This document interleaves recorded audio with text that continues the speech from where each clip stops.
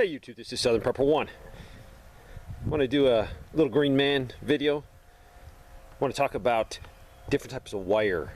You're in the defense, so things that you need to consider in the defense is your obstacle plan, your direct fire plan, that's you shooting at the bad guys, and your indirect fire plan. The reason I'm mentioning the indirect fire plan, so you know about it.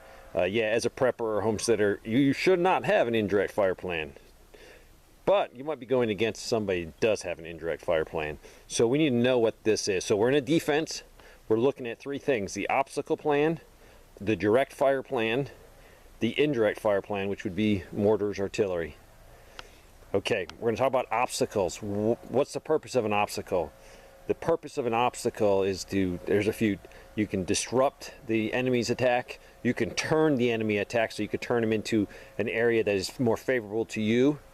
Or you can fix the enemy because of that obstacle and keep them in the kill zone. Now there's a lot that you can do with existing obstacles. You can use existing obstacles to your benefit. You can also reinforce these obstacles. And what would be some obstacles? Well, a ditch. You could build log hurdles, cribs, put up wire. You just use plain old rubble. And what I want to talk about is the actual wire. So this is us. This is the good guys.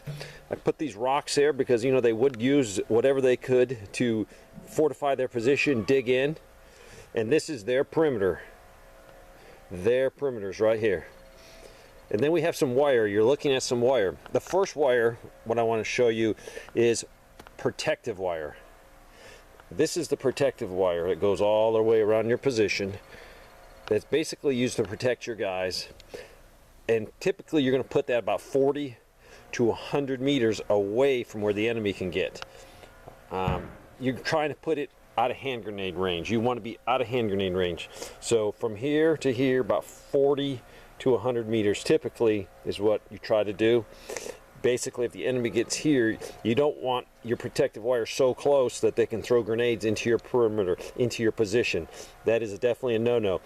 If they're here and they start throwing grenades, you want them to land way out here and not in your perimeter. So your perimeter, 40 to 100 meters, and this is protective wire that's going to go around your perimeter, around your position. Next, what I want to talk about is tactical wire. And this is tactical wire right here. And basically, this is wire that's facing the enemy. And basically, it's your final protective line. You have a final protective line. When the enemy gets to, you're going to open up with your highest capacity. In the military, we use machine guns, full auto machine guns. So this is your tactical wire. Next, you have some outer wire on here, and that's all the way around your position, and it's supplementary wire. Basically, what you're trying to do is the supplementary wire still works in your defensive plan, but you're trying to disguise where your tactical wire is. You don't want them to find your tactical wire, because if you're fighting a military unit, your tactical wire is follow it back, and it will end up at your machine gun location. So you are trying to disguise this, and it's called supplementary wire. You can tie your supplementary wire in. Say you have a group of guys here, and then to your left and right you might have another group of guys. You can take this supplementary wire and tie into their wire, their supplementary wire, so you don't have any breaches. Typically you'll want somewhere where you can let patrols go out, but you want to keep the wire touching between position and position. If you can't, then you have a hole there, and you better have it covered by other types of things. So your perimeter, set up your guys in a perimeter. Next, get your protective wire up. This wire is 40 to 100 meters away from you, because you don't want grenades falling into your position.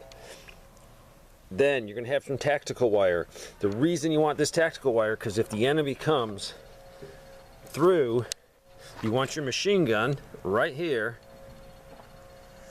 So when the enemy does get through, your supplementary wire and he hits this wire, all you're going to have to do is fire down the axis of your tactical wire, and you're firing into the bad guy because he has to cross this. If he hits this wire and has to come, he travels this way, he's right in line with your machine gun or your highest capacity weapon and your fastest firing weapon, so you can fire on the bad guy.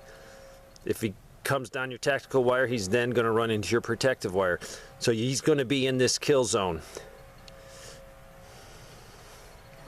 So this is a 30-second idea of how to set up some wire, how to set up a defense.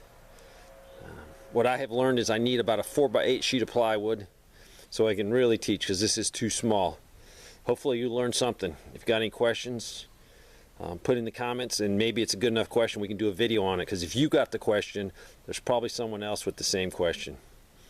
Thanks for watching.